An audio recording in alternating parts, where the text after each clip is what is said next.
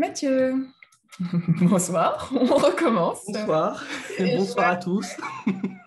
Désolée, c'est notre premier live, on Oui. s'entraîne et on va recommencer pour ceux qui viennent de nous rejoindre. Donc, alors, Mathieu, est-ce que tu peux te présenter en quelques mots et comment on est arrivé surtout à devenir coach spécialiste pour les HPI et où tu en es aujourd'hui? Alors, comment j'en suis arrivé à devenir coach? Donc, à la base, j'ai démarré par des études d'ingénieur. Et pourquoi par des études d'ingénieur? Parce que j'étais à un moment de ma vie où j'étais passionné par tout, hein, comme une partie d'entre vous. J'ai été passionné par psychanalyse et psychologie parce que mon père l'est et il m'a énormément inspiré là-dessus. Aussi bien que par l'informatique, par la finance, et je me disais, mais qu'est-ce que je peux bien faire? Et je me suis dit, autant prendre une option qui laisse tous les possibles ouverts. Et aujourd'hui, je me sens encore assez aligné avec ce choix. Par la suite, j'ai continué dans la finance. Et c'est là que, et ça va peut-être parler à une partie d'entre vous, c'est pour ça que je me permets de témoigner un petit peu sur ma propre histoire. Je me sentais, mes missions se passaient bien, j'ai eu la chance de ne pas avoir de burn-out, j'avais quelques amis, mais je me sentais imperceptiblement décalé, parfois un peu rejeté. Et je sentais qu'il y avait des choses en moi que je n'exprimais pas, que je n'utilisais pas, des talents cachés, quelque chose qui était là, je le sentais au niveau phénoménologique, quelque chose que j'avais dans mon univers intérieur et qui ne s'exprimait pas dans les journées au quotidien. Et je me suis dit, peut-être que je me fais des idées, mais je suis allé quand même contacter une thérapeute qui, là, m'a mis sur le chemin du haut potentiel. Et pour moi, ça a été une révélation. C'est tout un univers qui s'est ouvert. Je me suis dit, c'est juste ça, c'est simplement ça. Toutes ces choses un peu bizarres, un peu honteuses que j'arrivais pas à expliquer, c'est simplement ça. Et c'est pour ça que j'insisterai toujours sur le fait que explorer le haut potentiel, c'est pas se mettre une étiquette, c'est au contraire enlever l'étiquette qu'on a dans le dos et pouvoir ouvrir tous les possibles et justement s'en émanciper. Pour moi, la première intention quand j'accompagne un client concerné par le haut potentiel, c'est que très vite, il n'est même plus besoin d'en parler parce qu'il est allé au-delà finalement. D'accord. On peut même dire que chacun a un potentiel à explorer, à Ah, déployer. bien sûr. Et c'est bien là tout le sujet. Si je fais un parallèle avec moi, ce qui s'est passé pour moi, c'est pendant ma formation pour devenir coach, où effectivement j'ai eu ce retour sur le fait que j'étais hyper créative, que j'étais au potentiel. J'ai dit mais non, non, je suis normale. J'ai eu tout un temps d'assimilation pour accepter qu'effectivement, je pouvais être un peu atypique sur certaines zones. Et Mathieu, d'ailleurs, m'a accompagnée sur explorer ma forme de potentiel. Et je t'en remercie. Et donc, du coup, aujourd'hui, on déploie nos potentiels respectifs aussi dans l'accompagnement de coach et aussi dans cette formation qu'on vient de créer ensemble. Coach, déployez votre potentiel pour mieux accompagner les HPI et mieux utiliser votre potentiel. Alors, du coup, peut-être, Mathieu, une première question. Pour toi, c'est quoi les enjeux des coachs HPI qui démarrent leur activité? Et si je suis HPI, ou en tout cas si je suis atypique dans la façon dont j'accompagne, c'est quoi mes enjeux? Alors, les enjeux, si je devais vraiment résumer, c'est poser le cadre dans la relation avec le client, écouter ses intuitions dans la relation de coaching, mais également dans le développement de son activité, oser se vendre, se mettre en valeur, se déployer, oser avoir un coaching atypique. C'est des Hmm. sujets qui reviennent souvent. Je ne sais pas, Nathalie, s'il Oui, y en a d'autres qui te viennent à l'esprit. mais c'est vrai que cette notion de oser ne pas respecter les cadres exacts de ce qu'on a appris à l'école pour utiliser ses intuitions, ses fulgurances, ça nécessite d'avoir confiance en soi et c'est effectivement quelque chose à développer. Peut-être on pourrait parler du syndrome du grand coquelicot ensemble. Qu'est-ce que tu en Oui, penses? bien sûr. Est-ce que tu veux que je démarre? Est-ce que tu as envie de dire quelques mots en Je premier? te laisse démarrer. D'accord. Alors, le grand coquelicot, c'est quoi? C'est cette idée que dans un champ de coquelicots, si on a un qui dépasse, hein, qui est un peu plus grand que les autres, il se fait remarquer déjà. Alors, ça peut susciter des jalousies, mais pourquoi? Pour qui il se prend? Et c'est peut-être des choses que vous avez vécues aussi, hein, quand on commence à sortir du cadre, à sortir de la norme. On peut un peu se sentir, avoir peur d'être rejeté. Donc, je limite un peu mon potentiel ou ce que je fais pour ne pas trop déranger ou ne pas sortir du lot. Et puis derrière le grand coquelicot, celui qui dépasse, il y a aussi, on coupe les têtes qui dépassent. Donc, il y a aussi tout ce syndrome du rejet, être, euh, être brimé ou être arrêté dans sa pousse. Donc, il y a plein de potentiel. qui n'osent pas trop explorer ou fleurir à leur niveau parce que la norme sociale ou être accepté est important. Et où aussi, on peut se dire au nom de quoi j'oserais fleurir plus grand. Et on peut aussi s'auto-limiter tout simplement, en fait, ne pas oser fleurir plus, ne pas oser déployer plus des potentiels que l'on a, ou se dire qu'on n'en a pas plus que les autres, donc restons petits. Mais c'est l'inverse qu'on a envie de vous dire. Osez fleurir, osez utiliser vos intuitions, votre créativité, vos potentiels. Et c'est un peu ça le message derrière cette formation qu'on vous propose. Osez explorer d'autres façons d'accompagner euh, vos clients. Est-ce que tu veux ajouter quelque chose? Peut-être qu'on pourrait revenir rapidement sur la notion de faux self. Mhm.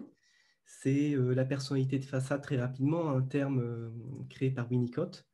La personnalité de façade en tant qu'au potentiel qu'on a pu se créer à un niveau très inconscient pour être aimé, pour être accepté des autres, ce qui va amener la personne, pas tous bien sûr, mais une partie, à refouler tout au fond d'eux-mêmes leurs talents, qui y sont, et en même temps ce qu'ils pourraient apporter à la société.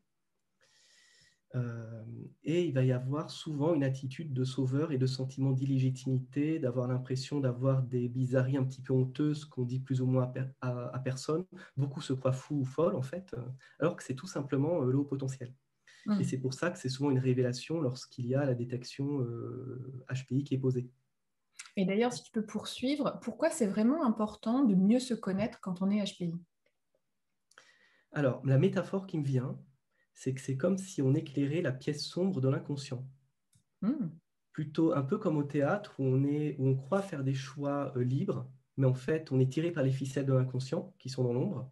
On va pouvoir éclairer ces ficelles et se dire, en fait, je décide de ne plus dépendre de ça, de ne plus dépendre de quelque chose, d'un héritage familial, de croyances qui se transmettent de génération en génération, mais d'être le plus libre possible. On n'est jamais totalement, mais d'être vraiment le plus libre possible. Et comment on fait cet éclairage? C'est le bilan psychologique qui permet de se dire, c'était juste ça, c'est pas de la bizarrerie, c'est pas que quelque chose d'autre ne va pas, c'est simplement le haut potentiel avec ma singularité à moi qui s'exprime. Et du coup, il n'y a pas de sentiment d'illégitimité à ressentir, c'est au contraire des talents qui vont apporter énormément en tant que coach, notamment dans la relation avec le client. D'accord. Je précise que vous pouvez mettre des commentaires ou des questions dans la page de commentaires. Ça nous permettra de répondre en live aussi aux questions que vous avez envie de prolonger. Je peux les voir maintenant. Je viens de voir comment ça se passait. C'est notre premier live. On improvise aussi, on explore d'autres potentiels de diffusion. C'est le début. Et on a envie de vous parler et de répondre à vos questions. Donc, je vois que Sophie a mis un bonsoir. Ben, bonsoir Sophie et bonsoir Marie-Ève aussi. Vous pouvez commencer à commenter. Je vois vos commentaires. Alors, par rapport à ça, je dirais que tout coach a besoin d'explorer qui il est, en fait, savoir où sont ses forces, mais aussi ses zones d'ombre, de manière à mieux se connaître pour mieux accompagner. Et donc, du coup, l'accompagnement en coaching, c'est aussi s'explorer soi-même pour progresser, emprunter des chemins sur lesquels on va pouvoir accompagner soi aussi, de confiance en soi, des chemins de créativité. Moi, j'ai beaucoup exploré ça. Comment j'ose démarrer la sculpture, comment j'ose peindre. Et ça, c'est important parce que vous ne pouvez pas demander à quelqu'un d'oser créer des chemins nouveaux si vous-même, vous suivez des chemins tout balisés que vous avez vus en formation de coaching. Donc finalement, le coaching, c'est aussi apprendre à oser faire différemment, à oser porter un autre regard finalement sur une situation de manière à aller plus loin ou de manière à explorer des potentiels encore dans l'ombre, comme tu le disais tout à l'heure, à les mettre de la lumière là où on ne savait pas qu'il y avait quelque chose. Et Euh, j'ajouterais peut-être qu'on ne finit pas à éclairer finalement ces zones d'ombre et que même des coachs parfois très expérimentés, qui ont des missions qui se passent très bien, qui se sentent bien dans la relation avec le client, sont complètement à côté de la toute-puissance de haut potentiel qui n'ont pas du tout éclairé. Parce que parce qu'il y a encore une partie de faux self, malgré tout un développement personnel, approche narrative, gestalt, tout ce qu'on veut, il y a quand même une part de faux self qui est très très inconsciente, qui va bloquer la fulgurance intuitive, par exemple, qui revient souvent chez les coachs au potentiel. Cette intuition fulgurante, cette clairvoyance qui fait que phénoménologiquement, la personne va voir vraiment ce qui se passe dans la relation avec le client, mais beaucoup ne se l'autorise pas et se réfugie derrière des outils pour se dire je suis un bon coach ou une coach excellente et parce que j'utilise tel ou tel outil, et l'outil fait un peu office d'objet transitionnel dans la relation pour se sécuriser un peu d'une relation qui serait trop frontale. Et l'étape d'après, c'est oser la relation frontale avec l'autre dans la relation avec le client, oser voir ce qui est là, ce qui est évident. Et pour donner un exemple, c'est oser dire à un client, par exemple, vous êtes peut-être concerné par le haut potentiel, ça ne fait pas office de diagnostic parce que je ne suis pas thérapeute, mais vous devriez investiguer cette voie-là, plutôt que de se retenir en disant, mais de quel droit je peux dire ça à un client. Il y a souvent en supervision, je ne sais pas Nathalie si tu as vécu ça aussi, mais ces sujets qui reviennent, Oui. d'inhibition, de choses qui pourraient apporter pourtant énormément aux clients. Si on revient sur la métaphore du coquelicot, c'est non, non, je suis comme les autres. Moi-même, je l'ai dit, hein, non, non, je suis normale, je fais deux, trois trucs créatifs, mais non, non, non, non, non, non, je ne veux pas. Je veux pas. Et d'ailleurs, derrière le mot haut potentiel, c'est être plus haut que les autres. Et donc, c'est dérangeant. Le surdoué, ce mot est dérangeant. Et donc, pour beaucoup, il y a comme une sorte de timidité ou de pudeur à se dire je ne dois pas l'afficher, je ne dois pas afficher mes différences. Et d'ailleurs, pour afficher cette couleur différente ou cette patte différente, il faut gagner en confiance en soi, explorer qui on est, explorer ce qu'on a envie de faire ou apporter au monde. Et ça, c'est vraiment un travail sur soi, que ce soit en psychologie, en coaching, en connaissance de soi, en méditation, sous tout un tas de formes. Mais c'est hyper important parce que c'est en tant qu'accompagnant, on est notre principal outil de travail. Donc, si on ne se connaît pas, comment on peut accompagner l'autre à mieux se connaître? Donc, c'est aussi commencer par soi-même son exploration. Et donc, toi, je dirais, Mathieu, comment tu fais pour écouter ton intuition? Alors, pour écouter mon intuition, la réponse, elle se trouve en une phrase, mais ça demande un développement personnel qui ne se termine jamais, qui est d'une Mhm. profondeur infinie. C'est simplement accueillir l'évidence qui est là, accueillir la vérité. Vous savez qu'elle est là, cette vérité. C'est simplement, est-ce que vous allez vous autoriser à l'écouter, ou est-ce qu'il y a le mental qui va arriver pour tordre cette vérité et transformer cette vérité en quelque chose qui est acceptable par la morale du moment en France en 2021, parce que vos parents penseraient comme étant bien, etc. C'est toute la question, c'est simplement accueillir ce qui est là. Alors, quelques petites nuances. Euh, L'intuition, ce n'est pas nécessairement les émotions, c'est quelque chose qui vient du corps, c'est ce que le ventre ressent. Ça vient d'une écoute de soi, comme un flash en fait qui vient naturellement. C'est aussi souvent, je pose l'hypothèse que très souvent, même quand on a l'intuition de quelque chose de négatif, on se sent bien avec cette intuition, parce qu'on est dans sa clairvoyance, on est dans sa puissance, et donc quand c'est une vraie intuition, souvent on se sent bien. À l'inverse, quand on a l'impression d'avoir une intuition, mais qu'on se met en posture de victime, par exemple, que c'est une émotion de peur, une émotion négative, là, c'est peut-être le petit jeu que vous n'avez que trop vécu qui se répète. C'est le syndrome de répétition. Vous rejouez un souvenir dont vous n'osez vous souvenir. Et c'est peut-être pas tout à fait l'intuition. Donc l'intuition, c'est pas quelque chose de mental, c'est pas un raisonnement. C'est simplement accueillir ce qui est là. Et pour chacun, et souvent ça correspond à une émotion bien particulière, à une sensation bien particulière, et pour chacun, ça va être différent.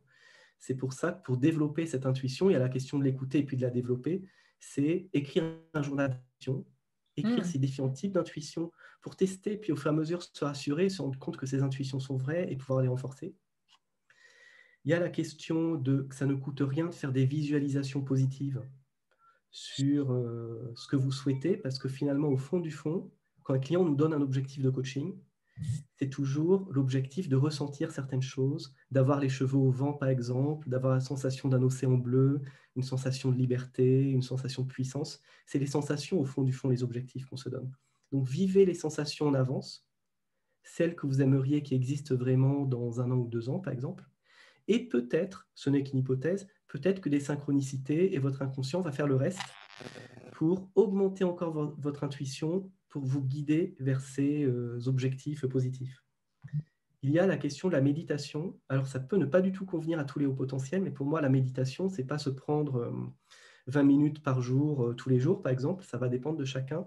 C'est avoir cette posture avec ses clients, mais comme de manière générale pendant la journée, euh, d'écoute de soi et du monde dans l'ici et maintenant.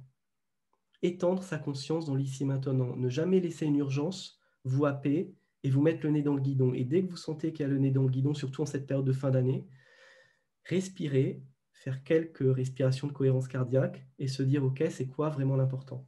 Et ça va vous connecter à l'intuition naturellement. Et Alors Mathieu, j'ai une écouter les question synchronicités, justement. peut-être pour finir.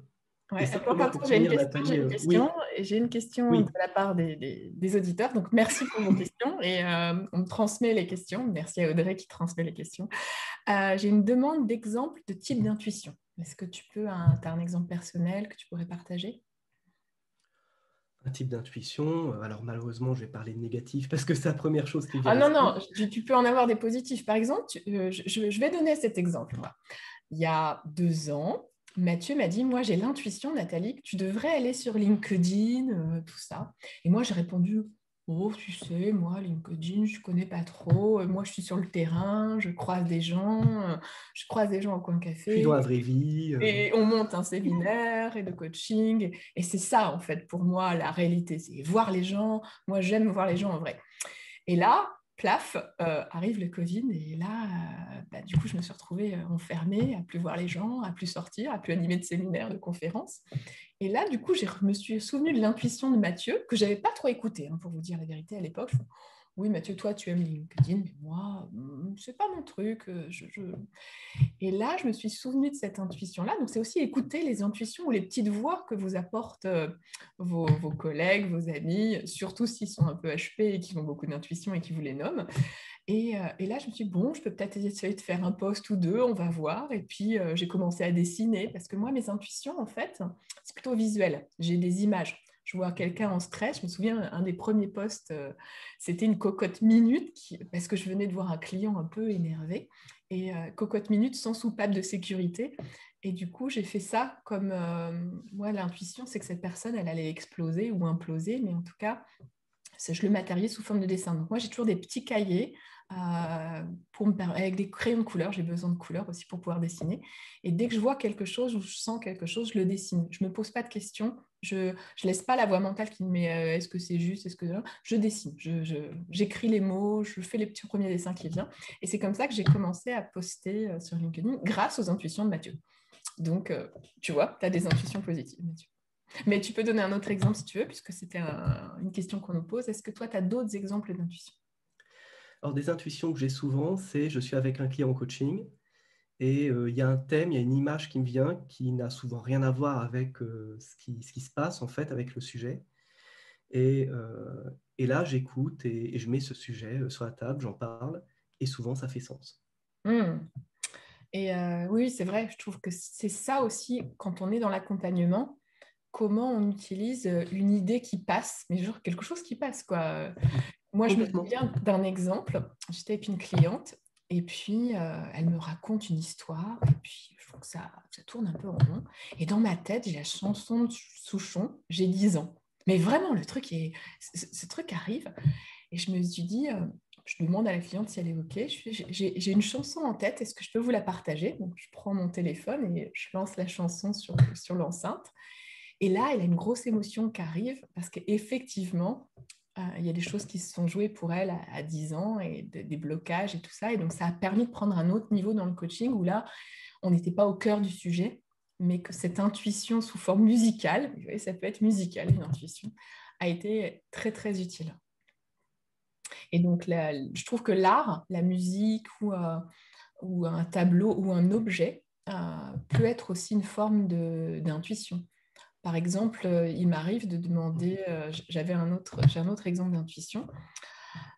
La personne me raconte, elle est coach, elle a une difficulté avec un de ses clients et elle a du mal à comprendre pourquoi les séances de coaching ne se passent pas bien. Et je lui demande, est-ce que tu pourrais matérialiser avec des objets le RH, le client et tout ce qui se passe? Et là, du coup, elle prend une tasse de thé hyper chaude qu'on était en train de boire. Elle dit, bon, bah ça, c'est le client. Il est chaud, bouillant. Et c'est ça le problème, on a peur de l'approcher. Et voilà, tout était dit avec l'objet qui matérialisait le client. Donc l'intuition, parfois, c'est, au lieu de passer avec les mots où on ne se comprend pas, c'est de se dire, bah, tiens, choisis un objet pour représenter la situation, le client. Ou dessine-moi le problème. Parfois, Complètement. l'inconscient va dessiner le vrai problème, alors que les mots restent dans l'intellectuel, dans la formalisation, mais on ne va pas au cœur du sujet. Donc, l'intuition du coach, c'est utiliser le ici et maintenant pour mieux accompagner son client. Et c'est toujours une proposition. Est-ce que vous voudriez me dessiner le problème? Et voir si des fois, ça ne fait pas émerger beaucoup plus rapidement la solution et l'enjeu réel. Souvent, j'ai l'intuition d'utiliser les métaphores, Hum. même quand le client demande quelque chose de très concret pour bien contourner le problème, évidemment. J'ai intuition quand même de poser la question de si vous représentiez ça sous forme de métaphore, qu'est-ce qui se passe? Mais ça se fait de manière naturelle dans la relation avec le client. Et la métaphore, ce qui est super intéressant, c'est que c'est le lieu où il n'y a que des intuitions. On contourne les mots, qui sont Oui. autant de mots MAUX que de mots.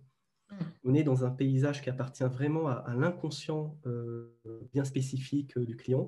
Et là, on n'est plus que dans un monde symbolique où on écoute ses intuitions. Je fais un lien en termes d'outils de coaching, intuitivement, hein, entre l'intuition et les métaphores, qui est D'accord. le lieu de l'enfant libre, le lieu vraiment où le client peut utiliser ses intuitions. Et ça a inspiré un certain nombre de coachs HPI qui utilisent aussi beaucoup les métaphores. Très bien. Je viens de voir qu'il y avait plein de commentaires sur la page de l'événement. Alors, je suis désolée effectivement pour ceux qui viennent de nous rejoindre. Bon, c'est enregistré. On le mettra, ça sera en live. Le live sera enregistré et vous pourrez le revoir si vous avez raté le début. Et on le mettra aussi sur nos chaînes YouTube si vous avez envie de voir les détails. Et j'essaie de voir s'il y a des questions.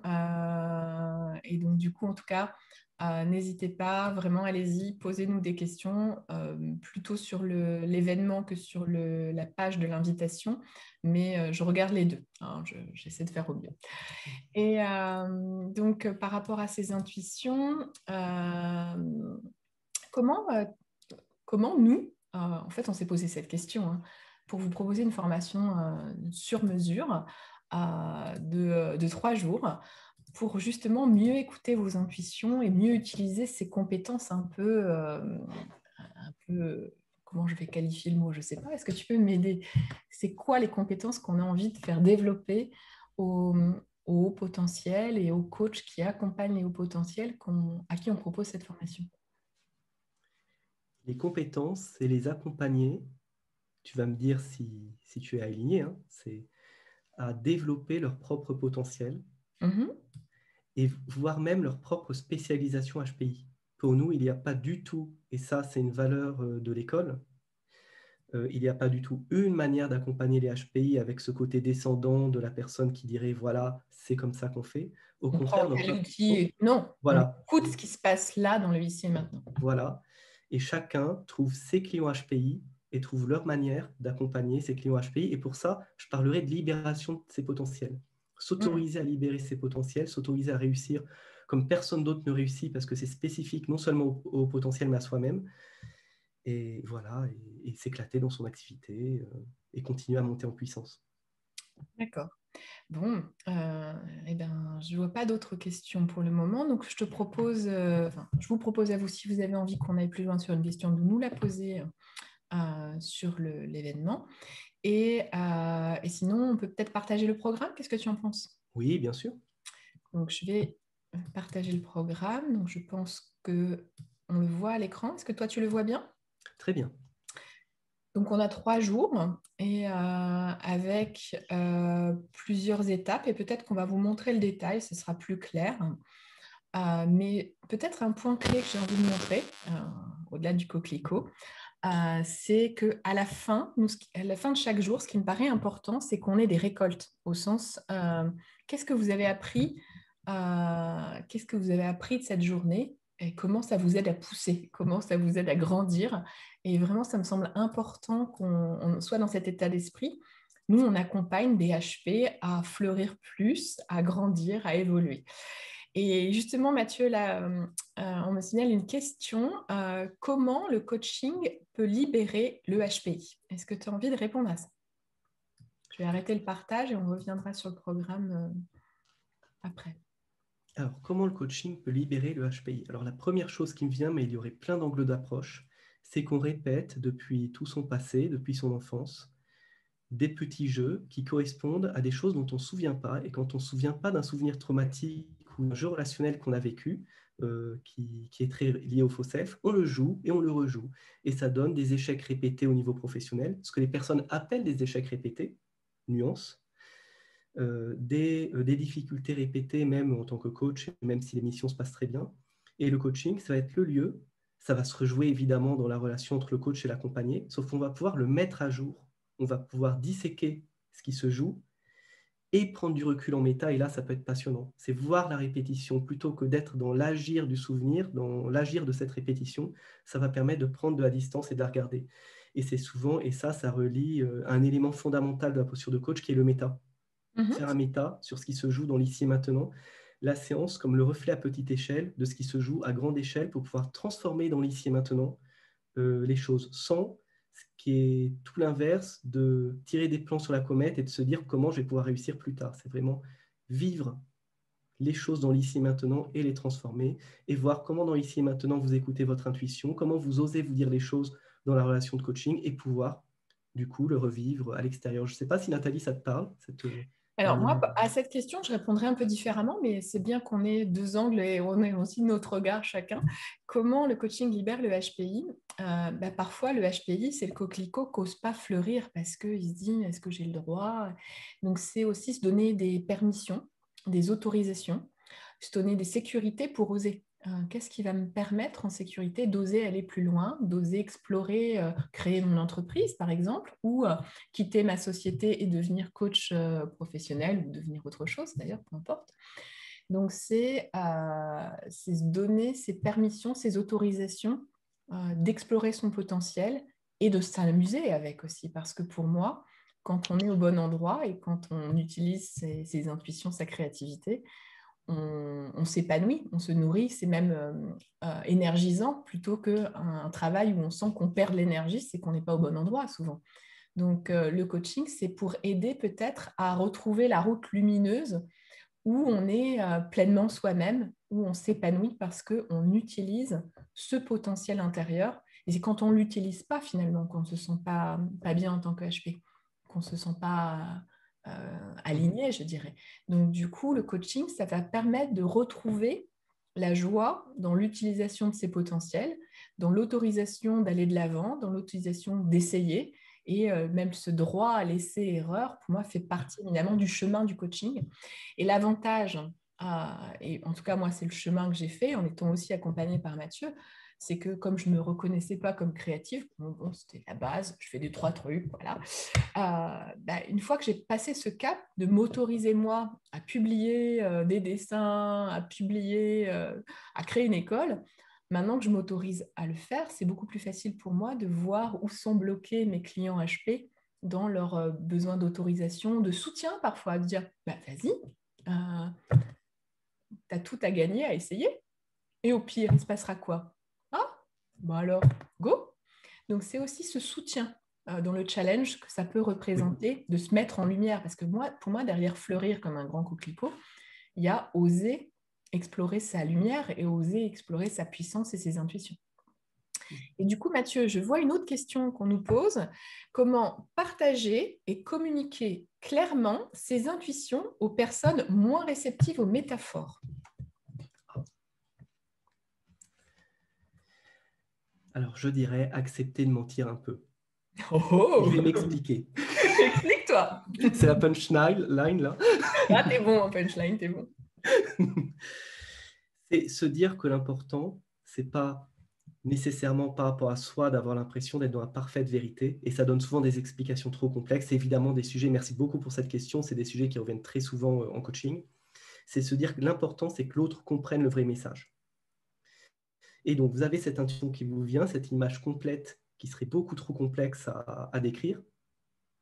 Vous allez la découper en petits bouts, comme pour revenir, faire un roll forward, revenir en arrière à partir de cette image complète et créer comme vous le pouvez quelque chose de séquentiel qui va pouvoir être compris. Et même si vous devez tordre un peu cette intuition et jouer un petit peu, pas mentir, mais jouer un petit peu avec, comment dire, ne pas être dans ce perfectionnisme de vouloir absolument dire toute la vérité, rien que la vérité, l'ensemble de la vérité.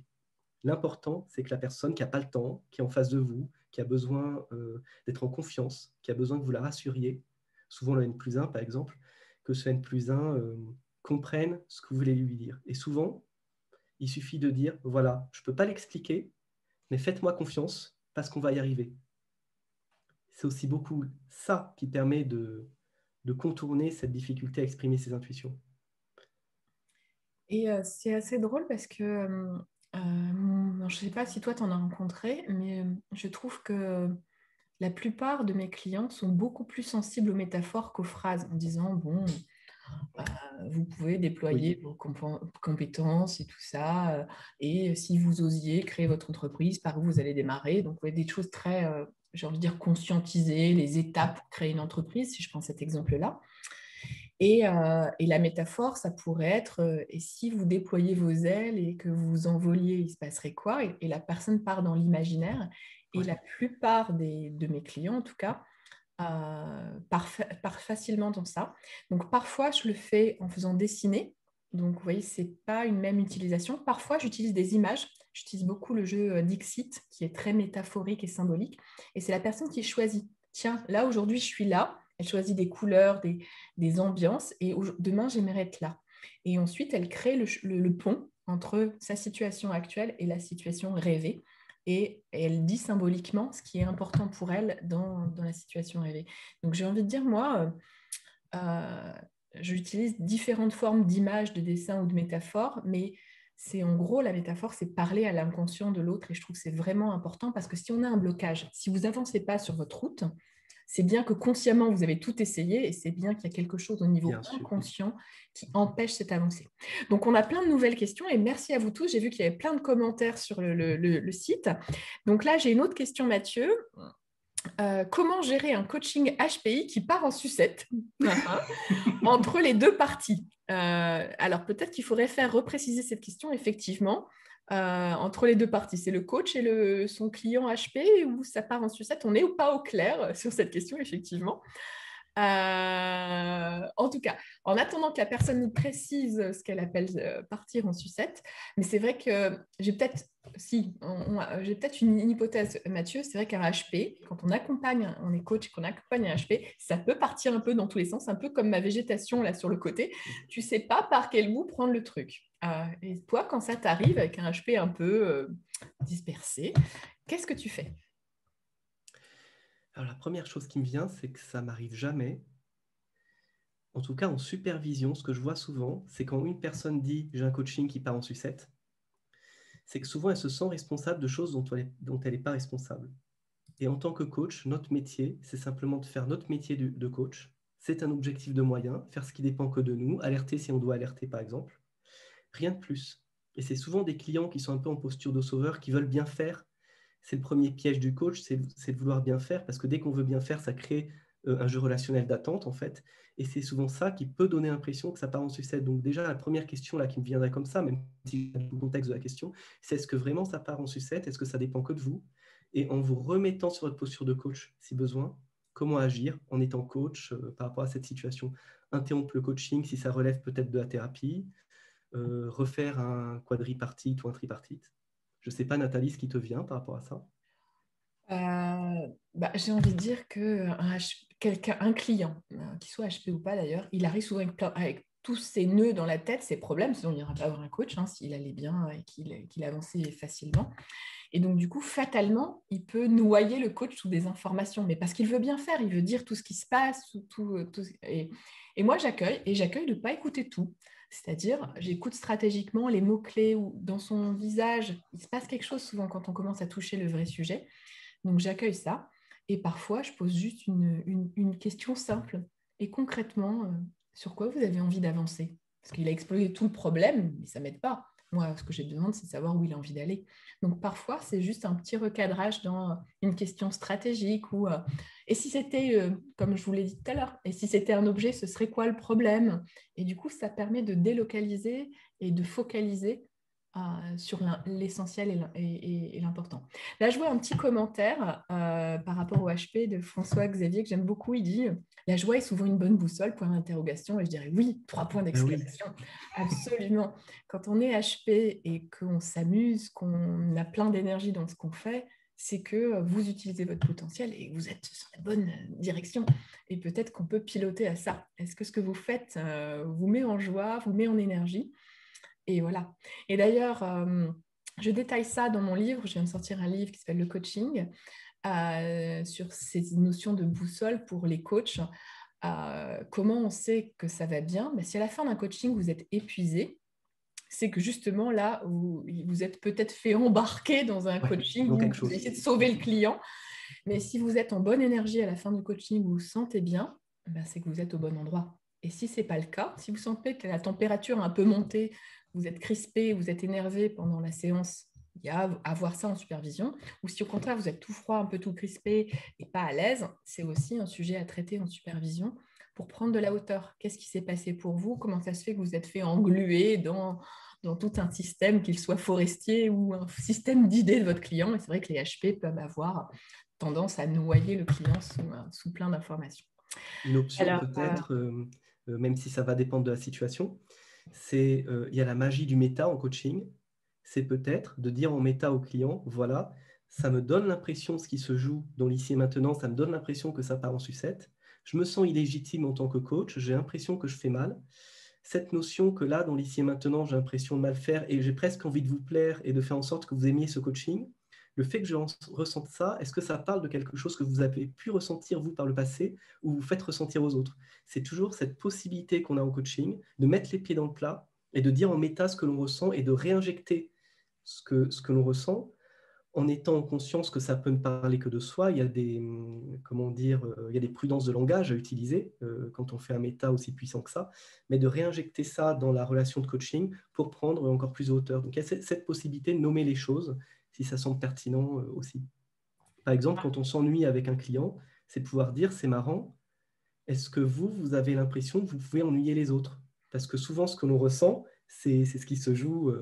Et ça, c'est magnifique. Quand on ose faire ça, ça amène une autre puissance. Quand on ose finalement se dire, il n'y a pas de coaching qui sont ratés. Ça n'existe pas un coaching raté. Tout est matière. Tant qu'on est dans cette exigence de continuer à être de meilleur en meilleur dans son coaching, à respecter le cadre du coaching, le cadre est là pour nous protéger. Tant qu'on respecte le cadre ICF ou MCC du coaching, c'est OK. Et puis, Mathieu, on a un super message de tout est Christophe. J'en juste. profite pour remercier Christophe. Tellement aligné avec ce que vous dites. Merci à vous pour ce travail colossal, notamment les articles de Mathieu et le super bouquin de Nathalie. Merci beaucoup. Et que vous produisiez tous les deux pour le partager de la sorte avec nous. Du coup, je vous propose qu'on repartage, puisqu'on a commencé à partager le programme et puis on s'est perdu dans la forêt, mais on aime bien ça quand même, passer d'un sujet à l'autre. Du coup, on vous repartage le programme, on va le détailler un peu et après on répondra à nouveau à quelques questions. Donc, sur ces 3 jours, voici le programme global. Et je vous propose qu'on regarde en détail le premier jour. Est-ce que tu veux parler de certains des éléments du premier jour, Mathieu? Je te laisse la main. Je te laisse continuer pour le programme. On a beaucoup parlé donc on fera une inclusion, on vous laisse la surprise de l'inclusion inclusive parce que tout démarre dans l'alliance avec le client et dans l'alliance avec le groupe que nous allons accueillir, évidemment. Mais on trouve aussi que c'est intéressant de se faire un dessin symbolique pour voir sur quoi vous avez envie d'avancer en tant qu'HP. C'est quoi votre intuition? Vous laissez démarrer pour un avenir inspirant. Et puis là, c'est plutôt Mathieu qui va intervenir pour présenter les enjeux des coachs HPI avec une présentation plus structurée. Est-ce que tu veux parler du GPS émotionnel ou de quelques éléments? Peut-être quelques éléments, c'est des hypothèses que je vais poser à ce moment-là parce que je suis bien conscient que le haut potentiel est nuancé et multiple, que chacun reste singulier, mais on a quand même, avec Nathalie, on en parle beaucoup, des enjeux qui reviennent très souvent chez nos clients et ça fait partie de la spécialisation aussi, de pouvoir proposer une grille de lecture, même si c'est une grille de lecture biodégradable, mais qui permet de se repérer pendant un temps. D'accord. Alors, du coup, je propose Donc, il y a pour moi ce qui est vraiment important, et on insiste là-dessus, sur les récoltes de la journée, les prises de conscience au regard de ce que vous étiez venu chercher pour déployer libérer votre potentiel de HP. Et puis, quel éclairage de la journée ont plus fait écho pour vous et sur quoi vous pouvez vous appuyer pour continuer à vous épanouir, à fleurir encore plus. Sur le deuxième jour, la pratique en métavision nous paraît très importante. Donc, on va travailler en groupe de pairs, on va regarder les échos, les résonances dans sa propre pratique, les points de bascule aussi, les stratégies d'accompagnement. Et puis, l'idée, c'est de vous faire grandir et de vous accompagner à faire grandir vos clients, puisque finalement, le coaching, c'est ça aussi, hein. En métaphore de métaphore, comment vous aidez vos clients à s'épanouir, à grandir, être un peu jardinier pour que poussent les talents des personnes que vous accompagnez.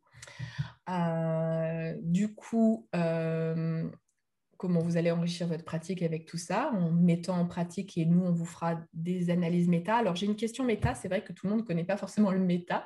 On a plein de gens qui nous écoutent ce soir. Est-ce que tu pourrais définir ce que c'est le méta pour toi, Mathieu? Alors, le méta, c'est faire un pas de côté quand on est en relation de coaching avec le client, donc vous accompagnez un client en coaching, et souvent à la fin de la séance, vous allez faire un pas de côté pour dire, voilà, qu'est-ce qui s'est joué dans la manière de travailler ensemble? Qu'est-ce que ça peut rejouer? Qu'est-ce que ça signifie? C'est cette notion de, Nathalie, tu le diras peut-être différemment, mais de faire un pas de côté pour regarder un petit peu du dessus ce qui se joue dans une relation. C'est par exemple, vous discutez avec quelqu'un, il y a quelque chose, vous vous sentez mal, vous ne savez pas trop pourquoi, mais vous allez faire un méta pour le dire. Et moi, je le dirais avec une autre métaphore, mais comme ça, vous prendrez celle qui vous plaît le mieux. C'est comme monter en montgolfière. On est en train de discuter sur le chemin, puis on n'est pas d'accord. Mathieu veut tourner à gauche, moi, je veux aller à droite. On est là sur le chemin, on ne se comprend pas. Voilà. Et faire un méta, ce serait dire à Mathieu, bon, écoute, là, j'ai l'impression que ça fait 5 minutes qu'on est au même endroit et qu'on n'avance pas, on est devant une bifurcation. Je te propose qu'on monte en montgolfière. On prend de la hauteur, on regarde ce qui se passe. Et on est tous les deux dans la montgolfière, puis on regarde du dessus les deux chemins possibles et pourquoi, du coup, on ne bouge pas depuis 5-10 minutes ou on tourne en rond sur un rond-point. Et c'est se dire, bah, tiens, qu'est-ce qui se passe émotionnellement pour toi? Comment tu le vis quand je te dis, ah ben non, je ne veux pas aller à droite, je ne veux pas te suivre, Mathieu? Et pourquoi, du coup, toi, bah, tu as l'impression que tu ne veux pas me suivre sur la gauche, et pourquoi, du coup, on stagne? Donc, c'est communiquer sur la manière dont on travaille, ou on partage, ou on échange, de manière à résoudre une petite difficulté, ou une stagnation, ou une incompréhension, en étant plus sur le détail. Non, je te dis que c'est à droite, ou non, il faut aller à gauche, mais en étant sur la forme, sur le ressenti, sur l'émotion, sur l'envie. Au fait, c'est quoi l'objectif? Parce que bon, aller à droite ou à C'est gauche, quoi l'intention? C'est quoi l'important? c'est quoi l'important? Donc, dans le méta, on va se dire ça. Et en coaching, par exemple, moi, j'utilise un lieu méta parfois. Donc, où je dis à la personne que j'accompagne, vous pouvez déterminer dans la pièce de coaching un endroit où, si vous avez besoin d'une pause, où vous sentez que vous êtes un peu perturbé, ou vous avez envie de prendre de la hauteur, ce sera cet endroit-là. Alors, souvent, ils choisissent le couloir. Moi, j'ai une pièce principale et puis j'ai un petit couloir qui mène vers la porte de sortie. Et donc, c'est comme prendre de la distance par rapport au canapé ou au lieu où on peut être dans la séance de travail. Et du coup, se déplacer physiquement permet mentalement aussi d'être dans un autre état d'esprit. Donc, c'est assez intéressant de parfois faire un méta à un autre endroit. Donc, c'est communiquer. La méta-communication, c'est communiquer sur la façon dont on communique. Oui. Voilà, donc c'est monter en montgolfière ensemble. On vous présente le programme du 3e jour et après, je vois qu'il y a des nouvelles questions, donc on va y répondre. Ce qui nous semble important aussi, c'est les clés d'ouverture à votre créativité, à vos intuitions. Donc, toutes les méthodes que nous, on utilise, mais aussi qu'on a répertoriées sur comment le coaching peut libérer l'intuition et favoriser l'inspiration. Et on fera aussi un partage collectif parce que nous, notre intuition, c'est que toutes les personnes qui vont s'inscrire à cette formation auront envie et auront des idées par rapport à leur pratique. Donc, on va enrichir le collectif aussi par des temps d'enrichissement collectif. Et puis, un co-coaching, puisque vous avez déterminé vos objectifs au départ, en travaillant en binôme, comment vous allez atteindre vos objectifs pour déployer et libérer votre potentiel de HP. Et ensuite, on fera une visualisation hypnotique. Donc, je ne l'avais pas précisé en introduction, mais effectivement, je me suis formée à l'hypnose ericksonienne et cette visualisation dont parlait Mathieu tout à l'heure, je l'utilise beaucoup comme une manière de se projeter dans l'avenir pour trouver les parts entre deux à parcourir et se renforcer dans l'image solaire ou l'image positive que vous pourriez avoir de votre avenir plus rayonnant. Et donc voilà, après remise de certification et tout ça. Donc peut-être juste quelques détails pratiques. C'est des formations en tout petit groupe parce qu'on va faire du sur-mesure avec Mathieu. C'est 3 jours, du 16 au 18 mars 2022, ça vous laisse du temps. Et c'est Mathieu le responsable pédagogique. Donc du coup, si vous avez envie de vous inscrire, vous avez l'adresse de Mathieu, le téléphone de Mathieu. Ça aura lieu à Paris. Et voilà pour les informations pratiques. Je ne sais pas si tu as envie de rajouter quelque chose, Mathieu. Peut-être ajouter l'état d'esprit de ces formations, si c'est la possibilité d'être soi-même dans cette formation, sans jugement, de pouvoir déployer votre potentiel, de pouvoir expérimenter, créer. Tant que vous êtes dans la bienveillance avec les autres, tout est OK, y compris vos bizarreries dont vous pouvez avoir parfois un peu honte. Donc, il y a vraiment, on insiste beaucoup avec Nathalie sur la possibilité d'être soi-même et de pouvoir créer, et du coup, de découvrir plein de choses dans la joie. Et qu'est-ce que je voulais ajouter? Donc, la possibilité d'être soi-même. Moi, je dirais même, je vais aller vous questionner. C'est quoi votre petite bizarrerie et comment on peut la Ouais, regarder? Porter un autre regard sur votre bizarrerie et l'accueillir avec bienveillance et se dire, Mhm, en quoi elle est utile dans ma vie, en quoi elle est mon unicité et comment je peux chérir cette unicité dans qui je suis. Mathieu, je te propose une nouvelle question, oui. personne qui nous écoute. Comment renforcer sa légitimité et arriver à exprimer ses talents dans ses coachings? Et il y a une sous-question. Comment avez-vous fait pour y arriver et faire étinceler votre activité de coach? Alors, je te laisse étinceler, Mathieu. Alors, encore une fois, je suis comme vous, j'ai plein de voies, de possibilités de réponses qui me viennent à l'esprit. Donc là, je métacommunique sur le fait que je suis bien obligé d'en choisir une. Donc, j'en choisis une. C'est parfois, je me sens illégitime en coaching, même actuellement, et je me dis que je m'en moque. C'est accepter de ressentir parfois cette émotion d'illégitimité et se dire que c'est OK, respirer. Et il y a de la sécurité derrière ce sentiment d'illégitimité parce que c'est l'inconscient qui vous crée cette illégitimité pour vous dire de garder le contrôle. Par exemple, il y a toujours du positif derrière chaque chose. Et quand ça m'arrive, j'accepte et je me dis, OK, je suis simplement conscient que c'est là et je continue à faire mon travail. Donc il y a peut-être un travail d'acceptation. Et après, bien sûr, ce qui va renforcer la légitimité, c'est de partager avec d'autres coachs, de socialiser les difficultés que l'on peut avoir, mais les belles réussites qu'on peut avoir aussi, et tout ce dont on a parlé avec Nathalie, créer de nouveaux outils, trouver ses clients, se développer en permanence. Mais il y a la notion là qui me vient à l'esprit, dont on parle moins souvent, d'accepter les émotions. C'est OK d'avoir des émotions, même en séance de coaching, qui peuvent être dérangeantes, et, et vous pouvez continuer avec ça. Mhm. Et moi, je dirais que pour étinceler dans son activité de coach, c'est d'être aussi en cheminement permanent, en Oui, questionnement permanent, où j'en suis, où est-ce que j'ai envie d'avancer. Et avec Mathieu, on se fait des co-coaching régulièrement, mais aussi en supervision, savoir poser où j'en suis. Et moi, je suis en accompagnement aussi thérapeutique que je trouve essentiel et je me forme ouais, en permanence.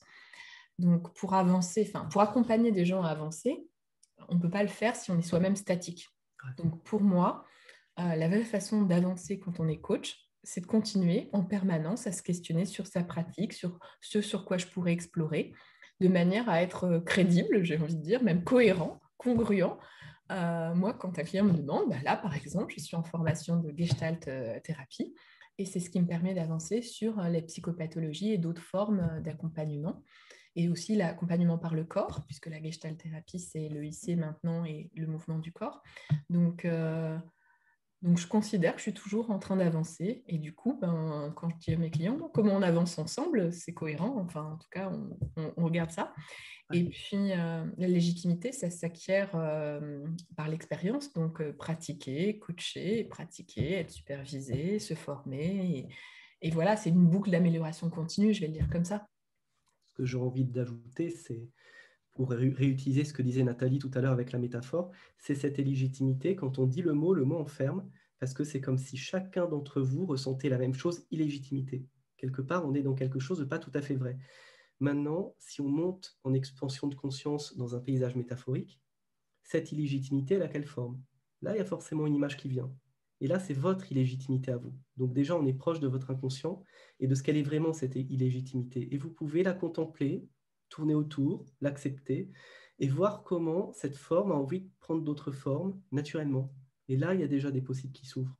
Et c'est ce qu'on fera beaucoup pendant cette formation aussi, c'est aller au-delà des mots qui peuvent être autant de mots pour aller contacter cet univers métaphorique où tous les possibles sont ouverts. Il y a une métaphore qui me vient, Nathalie, tu me diras si ça te semble aligné avec cette formation, C'est comme si on était des petits morceaux, tous rassemblés, et quand il y a quelque chose qui coince, ça n'arrive pas à se remettre en place parce que tous les morceaux sont tous serrés. L'expansion de conscience que va apporter le coaching, c'est mettre comme un éther qui permet d'éloigner tous ces morceaux, mais tout en restant entier. Et tous les morceaux peuvent pivoter. On peut se balader dans un espace à 3 dimensions et voir les problématiques selon un angle, selon un autre. Et puis, ça laisse toutes les libertés pour se transformer finalement, pour faire pivoter un problème sous un angle qui le simplifie. Et après, quand vous remettez les morceaux, du coup, c'est aligné, c'est cohérent, c'est tranquille. Du coup, ça m'inspire, ta métaphore, et j'ai envie de partager du coup les morceaux de l'équipe, je vais le dire comme ça, puisque IR, l'école Un autre regard, c'est aussi une équipe. Et j'en profite pour remercier Olivier qui répond à certaines questions du chat et à tous ceux qui commentent. Et, euh, et du coup, je vais partager mon écran pour vous montrer l'équipe. Euh, voilà, j'espère que vous voyez. Donc, c'est ça aussi, les morceaux qui se recomposent avec Oui. Mathieu, avec Chloé, avec Violaine, avec Taria, Patrick, Estelle, Olivier. Nous, on a décidé de faire une gouvernance et une intelligence collective partagée où l'école de coaching, elle est composée aussi de l'intelligence et des intuitions et des façons d'être et de faire de chacun. Et du coup, c'est aussi ça qu'on vous propose, c'est des modules différents et des formations qui vont un peu dans différents sens pour libérer votre potentiel. Donc là, on va évidemment, avec Mathieu, travailler plus sur celle qui est ici en haut, coach HPI, libérer votre potentiel. Mais on a aussi prévu, si vous êtes pas coach, mais que vous avez envie de libérer vos potentiels, là, c'est juste une journée. C'est comment quel que soit votre métier, vous pouvez explorer, déployer vos ailes pour aller plus loin. Et puis, si vous avez envie de devenir coach, on a une formation, mais aussi si vous avez envie de travailler sur vos émotions, et chacun apporte des éléments. Et si je veux refaire le parallèle avec tout à l'heure, pour moi, ce qui m'a permis d'arriver là aujourd'hui, à être dans la création de cette école, c'est cette idée que je me suis enrichie avec de l'hypnose, avec de la gestalt, avec plein de petites pratiques, avec l'approche sur les émotions, à enrichir mes pratiques. Et donc, du coup, c'est ça qui consolide ma légitimité. Au départ, j'ai un doctorat en pédagogie, mais ça ne me permet pas d'accompagner, ça me permet d'être pédagogue. Mais voilà, après, j'ai fait un master en coaching, et après, j'ai fait d'autres formations de coaching, et petit à petit, je me suis construit. Et c'est peut-être ça, la symbolique des formations qu'on propose et de l'équipe, c'est, vous voyez, on se construit et l'école se construit grâce à nos compétences diverses. Est-ce que toi, tu as envie de dire un petit mot là-dessus? Ce que je voudrais ajouter pour les autres formations qui sont proposées, c'est qu'en tant qu'au potentiel, connaissant l'équipe, vous vous sentirez bien quelle que soit la formation. Alors c'est vrai que ce dont on parle ensemble, c'est plus directement concernant le haut potentiel, mais que ce soit oser créer votre business de coach, comment prospérer financièrement et humainement, devenir coach, même si ce n'est pas directement spécialisé, on parle beaucoup du haut potentiel au sein de l'équipe et ce sera vraiment à l'écoute. Il y a une rapidité, il y a une écoute, l'installation d'un climat de bienveillance qui fait qu'il y aura de très fortes chances de se sentir bien dans la formation en tant qu'au potentiel, même Ouais. si ce n'est pas une formation directement spécialisée. Et là, j'ai une question. Comment abordez-vous pour soulager un blocage provoqué par l'émotion? Donc là, j'ai envie de dire, on fait une petite, on vous propose d'appeler Mathieu justement pour vous inscrire, parce que si vous avez des blocages avant de venir à la formation, ça peut être bien de voir si c'est un blocage qu'on gère en thérapie, ou si vous avez juste besoin de la formation et que les objectifs de la formation vont répondre à vos éléments. Dans ce cas-là, je vous invite vraiment à contacter Mathieu par email ou par téléphone pour voir avec lui si la formation est adaptée à votre cas. On ne peut pas répondre au cas par cas comme ça. On a Bien besoin de sûr. parler avec vous sur vos motivations, sur vos besoins, vos attentes, de manière à vérifier que vous êtes vraiment prêt et que la formation va répondre à vos besoins.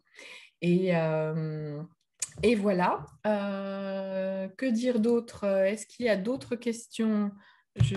Audrey nous transmet les questions et j'en profite pour remercier Audrey et toute l'équipe pédagogique de l'école qui nous soutient ce soir. Est-ce que toi, Mathieu, tu as envie de... Parce que ça fait quand même 1 heure. Hein. Je sais pas Oui, toi, oui, mais ça je n'ai passe pas vu le vite. temps passer. Mais on était bien en votre compagnie. On avait des choses à vous dire. Et on refera des lives avec tous les autres membres de l'équipe très prochainement. On vous promet.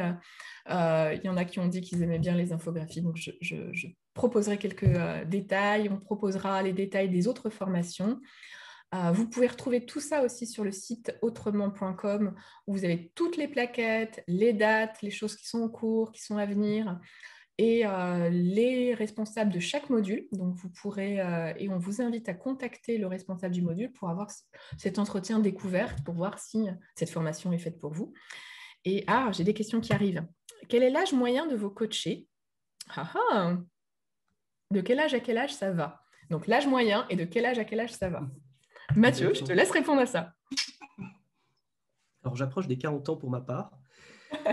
Et ce qui est marrant, c'est que c'est plus autour des 55 ans en moyenne, je dirais. D'accord. Alors, donc ça, c'est la moyenne. Et ton écart type, est-ce que tu as des coachs très jeunes ou des personnes très jeunes que tu accompagnes et des coachs plus âgés? J'ai eu des personnes de 25 ans, 25-30 ans, D'accord. et je peux avoir jusqu'à 70 ans. Oh, donc des personnes qui ne sont plus forcément en activité professionnelle Ou qui développent à la place de la retraite une autre activité. Intéressant. Alors, moi, je dirais qu'aussi, des gens autour de la trentaine qui parfois se cherchent sur leur premier emploi ou ont pas de satisfaction ou envie de faire autre chose ou de créer leur activité, donc pour les plus jeunes. À la marge extrême, j'ai accompagné plusieurs personnes sur leur départ en retraite, sur les 6 derniers mois. Comment je me prépare à transmettre, comment je me sens bien aussi, et comment je lâche prise progressivement. Donc, des personnes plutôt 60-65 ans. Et puis, en moyenne, pas mal de gens autour de 50 ans aussi, où on a fait une première carrière et on se réinterroge sur le sens de sa vie et ce que j'ai envie de faire sur les prochaines années. Donc, des périodes charnières, je dirais un peu comme ça, où on a envie de changer de travail, où on a envie peut-être de prendre un poste supérieur. J'ai accompagné des gens qui étaient directeurs départemental, qui devenaient directeurs régional, par exemple, ou des personnes qui étaient à un niveau local, régional et qui devenaient directeurs de structure nationale. Donc aussi comment je prends de l'ampleur, comment je réussis plus haut. Donc plutôt 45-50 ans sur la moyenne des gens que j'accompagne. Voilà ma réponse. Là, c'était la dernière question et comme on vient de dépasser l'heure, je propose qu'on arrête là-dessus. Est-ce que tu as un message, un mot-clé? Je te laisse la parole, Mathieu. Alors, je vais reprendre une métaphore dont j'ai parlé dans un des post-linking. C'est le mythe d'Icare, en fait, où Icare s'envole de Dédale, c'est-à-dire c'est un labyrinthe comment dire, où il est impossible de s'y retrouver. Et il s'envole, il va trop près du soleil. Et ce que dit le mythe, c'est que les ailes fondent au soleil parce qu'elles sont tissées avec un lien qui fond au soleil. Et puis, il s'écrase dans l'océan. Et ça m'évoque à cette peur de ces coquelicots dont on parle, de ces personnes au potentiel, de s'envoler comme s'il y avait une morale, il y a un truc à un moment donné qui fait que on va se brûler. Et la métaphore que je voudrais partager avec vous, c'est que dans le cadre de ces formations, là où on va vous soutenir, c'est de vous envoler du labyrinthe, de ne pas chercher à résoudre le problème, mais d'abandonner quelque part le fait de vouloir résoudre le problème. Il y a souvent cette notion-là, hein, et de s'envoler. Et vous allez pouvoir découvrir que les êtres sont solides, et beaucoup plus solides que vous l'imaginez. Et que contrairement au mythe, ça ne va pas fondre au soleil, mais que vous allez pouvoir continuer à vous envoler, à monter en puissance tranquillement, et qu'il ne se passe rien en fait. Il n'y a rien qui. Il n'y a ni Dieu ni maître pardon, qui vous disent qui vont envoyer un éclair pour vous dire que c'est pas bien de s'envoler. Il y a vraiment cette notion de dépassement de ces obscurantismes intérieurs. Je sais pas si Intéressant. ça. Oui, ça me parle complètement, le midi-car, et qui fait qu'on a peur. Et du coup, moi, j'ai envie, il vous a parlé de la face un peu sombre, et j'ai envie de terminer avec la note de soleil et peut-être vous partager la première page de la plaquette pour le mot de la fin. Donc, je vous repartage mon écran avec cette idée que vous soyez HPI ou juste avec un potentiel. Si vous arrivez à fleurir, c'est comme ce coquelicot que vous voyez là, ben, vous capterez plus de rayons du soleil, de chaleur, de joie. Je reprends le message d'une personne tout à l'heure. C'est votre boussole interne. Si vous êtes sur le soleil et que vous avez plein d'énergie dans ce que vous faites, c'est que vous êtes en train de vous épanouir sur la bonne voie. Et donc, du coup, peut-être la formation qu'on vous propose, c'est si vous avez envie d'être plus énergétique, plus rayonnant, plus étincelant, comme ça nous a été proposé, comment vous rapprocher de votre soleil personnel et comment prendre un peu de hauteur pour justement mieux capter cette énergie intérieure, ce potentiel qui demande qu'à être déployé en fait. Voilà la proposition. On vous dit à bientôt et continuez à nous suivre ou à s'abonner sur nos profils pour avoir les dernières informations. Et on reste à votre écoute pour porter un autre regard sur vos potentiels et vos chemins de vie.